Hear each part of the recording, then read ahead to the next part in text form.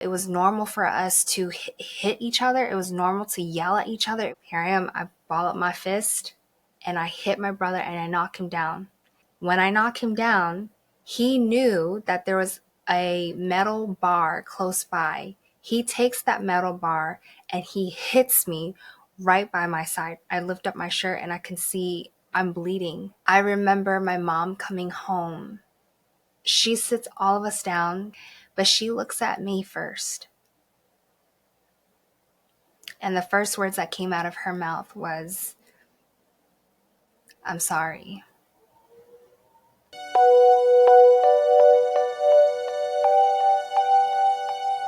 My name is Alcina Tran. I am a second generation Vietnamese Cambodian American. You can count on me as your soul sister. I am a healer. I am a leadership life coach.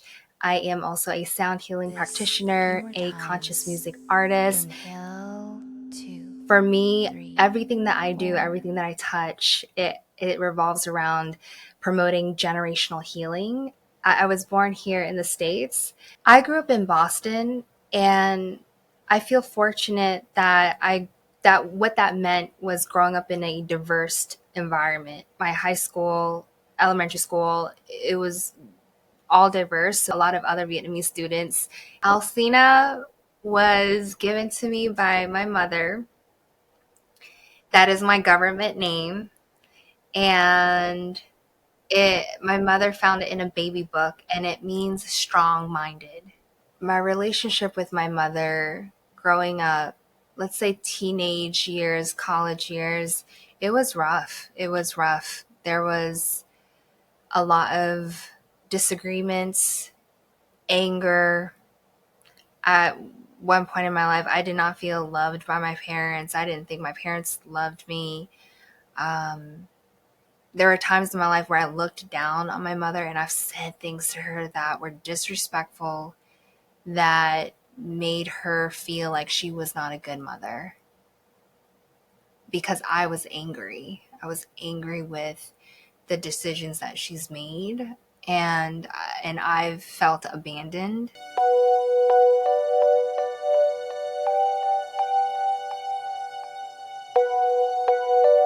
It was normal for us to hit each other. It was normal to yell at each other. It was normal to talk in this way to each other. It was normal. There was a lot of anger in the house. I was used to getting hit with whatever you name it. Hand, bare hands, tree branches in the back, chopsticks, hangers, belts, whatever, bamboo sticks, just anything that you can name. I've been hit with it. And because of how I was raised, and that's how I treated my siblings, I didn't know any better. When I was in high school and being Jihai, the eldest sister, I liked to boss my siblings around and tell them what to do. And at this time, I was telling my brother, "You need to clean up your room." Walked into his room, and I'm saying something to him. He's upset with me, and he's asking, "Why? This is none of your business." And because I couldn't control my brother, here I am. I ball up my fist and I hit my brother and I knock him down. When I knock him down, he knew that there was a metal bar close by. He takes that metal bar and he hits me right by my side. Immediately, I stop. I lift up my shirt and I can see I'm bleeding already. I go run into the other room and I'm crying, and I hear my sister run out, "Alex, what did you do?" And he's screaming, "She hit me first." And I'm calling my mom, like, "Mom, Alex hit me." And at this time, we actually had lost my father. My father had transitioned at this point. He passed away at the age of 47. And I remember my mom coming home. She's a single mother with 3 children. And she sits all of us down. She calls us down, and we're all sitting there in the living room. And I can just remember seeing the look on her face. It's quiet. And I'm getting ready just for her to put everyone in their place. But she looks at me first. And the first words that came out of her mouth was, "I'm sorry." And that was a pivotal moment because up until that point in my life, I had never heard my mother say those words before.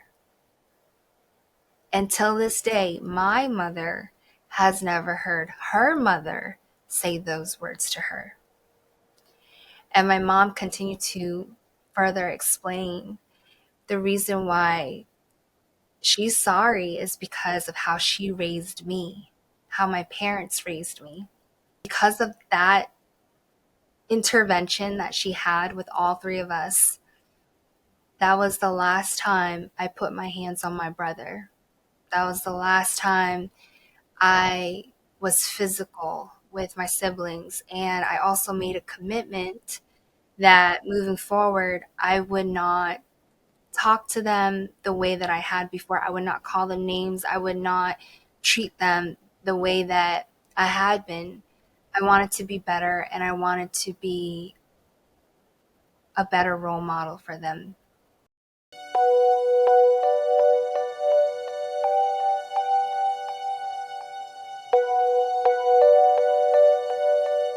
When you're not creating the way that you're destined to, that you were created to, it leaves a feeling of lack and dissatisfaction, lack of fulfillment. And I decided one day I am going to quit my job. And my friend, he lives he lives in Barbados, and he said, "Alcina, if you can cook and clean, you can come stay with me." And I said, "Great." I quit my job as a financial advisor, and I didn't have anything else lined up. The stars aligned, and I ended up getting hired by a startup, a tech startup in the coaching space. Now, at this time, I've heard about coaching, but I wasn't quite sure what it was until I got into the industry and I learned about what coaches do. And oh, there's a way in which you can reprogram your brain. You can rewrite your story. Oh, okay. So I actually ended up getting sponsored to get my first coaching certification. And during training, a coach asked for a volunteer, and I raised my hand. She asked me, "Alcina, what story do you want to rewrite?" And I said, "My relationship with music. No matter where I go, no matter what I do, can't I can't seem to get this right." She took me through an exercise to meet my inner child, meet my younger self. And then I saw the future. I saw the lights. I saw the stage. I saw people. And there's 20 other people on this Zoom call with me, and I'm crying. And she asked me, "What is the story? What is the message?" And I said, my little me said, "Do not give up. Do not give up." That weekend, I took a walk with my younger self. I took a walk with my 13-year-old self, with my 18-year-old self, and I said, "Hey, I know you wanted to be a pop star then, but we had a journey to go on and we didn't make it. And it's not because you're not worthy of it. It's just you had to figure out who you are first so that you're able to make the music that you're meant to make." Within 6 months of that coaching breakthrough and talking to my younger self, I invested more money than I've ever had into music. I hired a producer. I traveled to Boston, Jamaica, California, shot a music video, and recorded more music than I've ever had, and just launched. And I released my first single called Breathe on my dad's 10-year anniversary of his passing. Breathe, just breathe and breathe. Breathe and breathe. Just breathe. In that journey, I discovered, oh, you can heal. Oh, when you heal, you discover, you remember your voice, you remember who you were destined to be, you remember your purpose. It's all about unlearning the things that don't serve and remembering who you were before all of that happened. I had to heal myself before I could help anyone else. And it was through the process of discovering and remembering that I realized, oh, let's strip the old stories, the old narratives of the fear of being seen, the fear of being heard, and no more living in survival, no more living in scarcity, so that I can create, so that I can be me and it's safe to be me.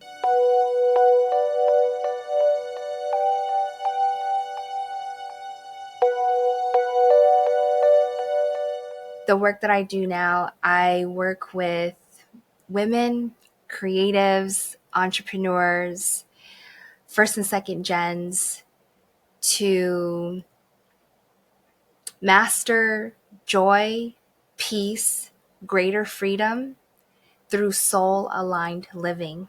On the other side of the pain, on the other side of the fear, there is something else. There's something there that's waiting for you, but you've got to walk through those doors to unlock that.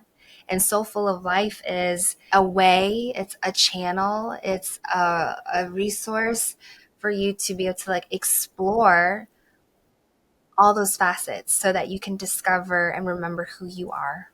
Whoever does come into my world to work with me, we accelerate that process. So we start to collapse that timeline. So the goals that you have around clarity, remembering who you are, healing, feeling whole, peace, healing those money wounds, healing scarcity, and feeling confident and empowered so that you're able to go after the dreams that you have. There's no dream that's too big. That's what I'm here for.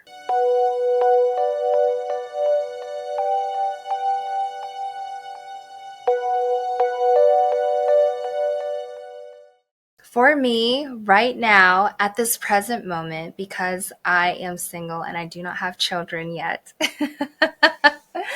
for me, the work that I do is what is most important, because I know that there are people out there who need support.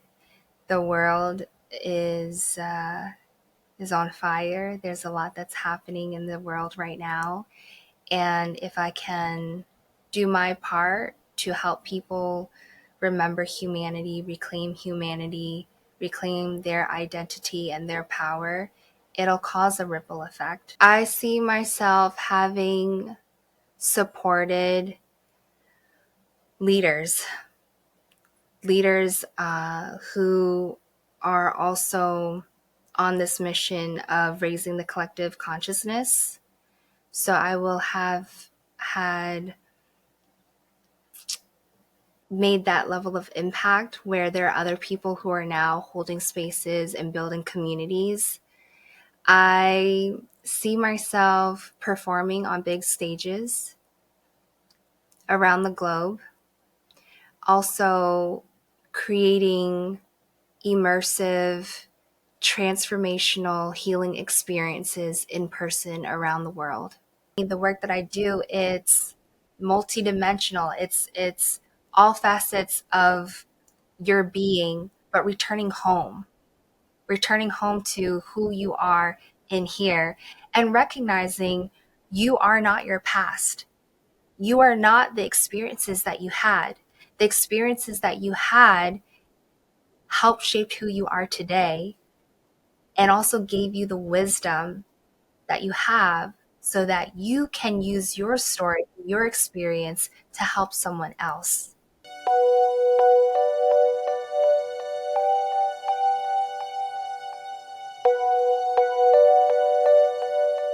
If you have been feeling called to the healing journey, I invite you to go explore, go take that first step, go find support, help, whether it's a mentor, a therapist, or a coach. I find that people who end up stuck or feeling stagnant is because they're not taking action, or they've outsourced their power by blaming their circumstances, by blaming their past. And while the past isn't our fault, there are things that have happened that were not our fault, healing is our responsibility. This sounds cliche, and I believe it wholeheartedly. You can do whatever it is that your heart calls you to do, because you're so much bigger than the pain, you're much bigger than the trauma. There is so much that is within you that's waiting to come out. And if there's something there that's calling you, follow that. And it's going to open up doors in ways bigger than you can have imagined. So don't give up and follow that thing that's calling you, because you can do it. It's inside of you for a reason.